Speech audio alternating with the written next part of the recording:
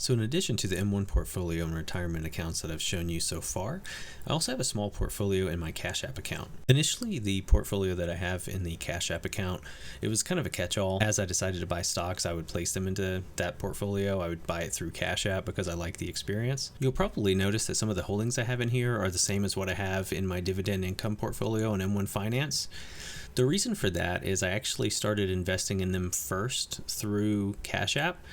But then I decided that M1 would work better for me due to the auto reinvest feature, and I just like the overall functionality of M1 for this better. To me, the Pi functionality and being able to auto invest dividends make M1 the clear winner for the long-term holding of my dividend stocks. That said, I do prefer CashApp for stocks that don't pay dividends and for stocks that I may not necessarily plan to hold for the very long term. Now, some of you may be wondering why I don't use Robinhood for this. There's a couple different reasons. One, I just really prefer the interface for CashApp. To me, it's more user-friendly, it's sleek, it's fast. I haven't really had any issues with it. But really the main reason is Robinhood doesn't currently support fractional shares. So for those of you that aren't sure or haven't heard of fractional shares, it's kind of self-explanatory. So traditionally, with a traditional brokerage, if you want to buy a share of Tesla, for example, you have to buy an entire share of Tesla. So if you don't have the full amount of money required to purchase it, you're kind of out of luck. You don't have the opportunity to invest in that company and take part in any of the growth involved. However, with fractional shares, you can invest with as little as $1. So it allows you to have exposure to stocks that may cost more money than you're able to afford for a single share. So you can buy, if you have $100 to invest, you can invest $100 into Tesla. One thing I will say though, is I did get an email from Robinhood today, as well as an app notification letting me know that they will be introducing fractional shares soon. Currently, you can only sign up for early access, so it doesn't appear to be live yet, but that's definitely interesting and something I'll keep my eye on going forward. I still may lean towards CashApp just because, again, I prefer the user experience there, but that definitely levels the playing field a little bit in my mind when it comes to Robinhood versus CashApp. For anyone interested, I will put both my Robinhood and my CashApp referral links in the description below. Now, full disclosure, they are referral links. On Robinhood, we'll each get a free stock, and on CashApp, we'll each get $5. All right, so moving over to my CashApp portfolio and my holdings, I currently have $1,220 invested. I've achieved a gain of $43.99 over the past month, and the following is a breakdown of my holdings in order of my total investment value. So first up, we have Tesla. I currently have $420.05 invested there. For anyone who remembers the infamous tweet from Elon Musk stating that he may take Tesla private for $420 per share, that got him into some trouble with the SEC. You might find that funny. That's total coincidence. I did not plan that out. In the second place position in my portfolio, I'm holding Uber.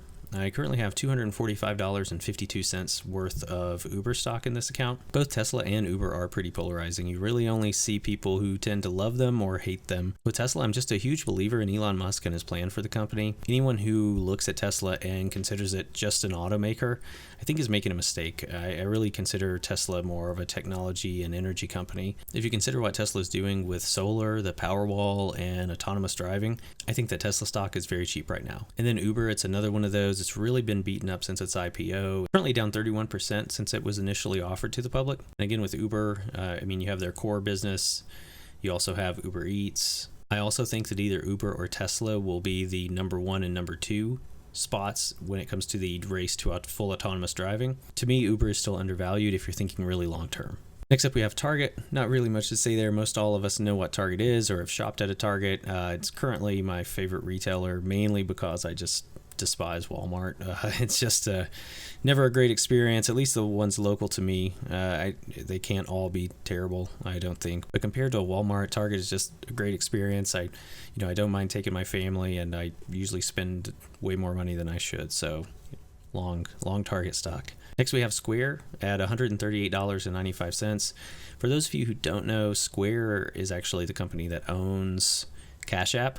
It also obviously runs the Square payment network. I think Jack and the people over at Square understand the financial space really well. And if you look at the Play Store, CashApp is currently ranked number 11, which makes it the most popular financial app on all of Android. The user experience of it is great. Everything's super smooth, everything's super fast, and they continue to add new features. For quite a while now, they've had the ability to purchase Bitcoin through CashApp, where they have recently just started charging fees to do that. So that's an additional way the company's going to be making money. And then the stock investing, which I'm actually doing here and showing you, it's only been available through CashApp for probably 4 to 6 weeks now. I don't remember the exact date, but it is fairly new. So it's nice to see them reinvesting the money they're earning back into the business and growing new revenue streams.